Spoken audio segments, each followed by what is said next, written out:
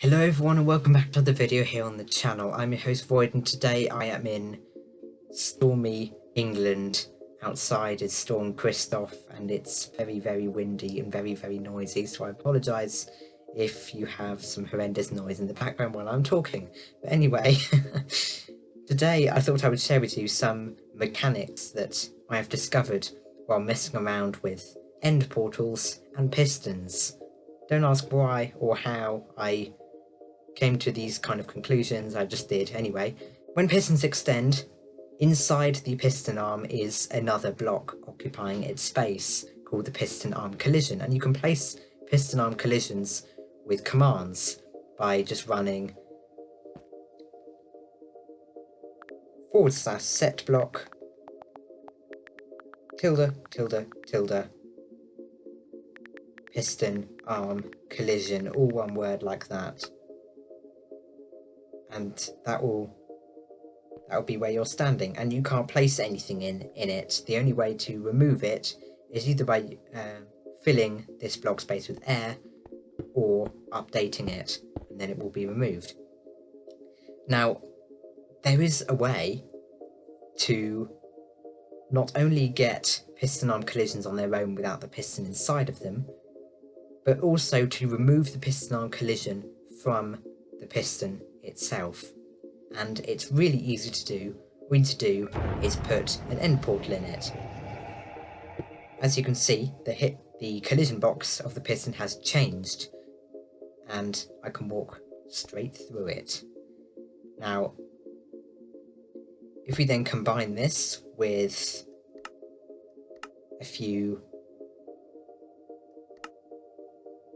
a little bit of circuitry, just like so, then you have a chance, and I repeat, a chance of this block being pushed into this space at the same time as the piston arm collision returns to the piston when it retracts, which means this block will be deleted. Now, this hasn't been very successful when I've tried it, so we might get lucky first time, if not editing magic. Yeah, it'll have to be editing magic, I'm afraid. Okay, second time lucky. There we go, second time lucky, that wasn't too bad.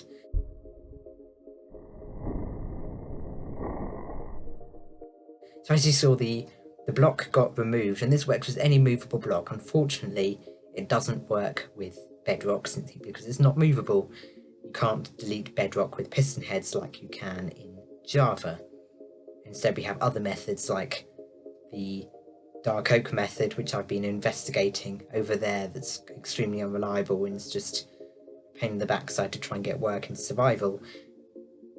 But in 1.16.100 we were able to use signs, and that was amazing. Unfortunately, that's patched now. To get the piston arm collision on its own, use a very similar setup,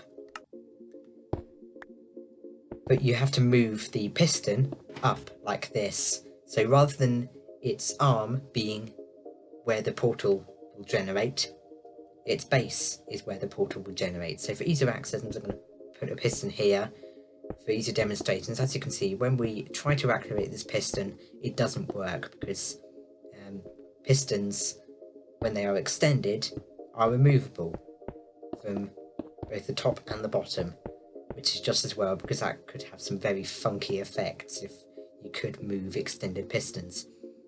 But anyway, if we just fill in this portal like so, you see how the outline is still there. The hitbox appears to be still there, but it's really not. As you can see, it's invisible and you can't extend the piston, which is weird in itself. 77 Tigers had a way to make invisible redstone torches a while back, and it was similar to this. If we just get rid of that portal, you see the piston is completely just non-existent, and we could even remove this redstone block and the portal frames around the outside. So as long as we don't update the piston arm collision, it's not there. There is nothing in front of the piston as far as your eye can see, yet the piston will not extend. Just like if we were to put an immovable block in front of it, like so. You can't place anything inside the piston arm collision. It doesn't work. The only way to remove it is, as I say, to use commands. You might be able to push. Can you push it? Of course you can't push it. That's really stupid on my part. You could probably remove it somehow, but the easiest way to remove it is just to update it. And that will work perfectly fine. End portals and pistons interact really strangely, and I'm extremely fond of what possibilities they may have.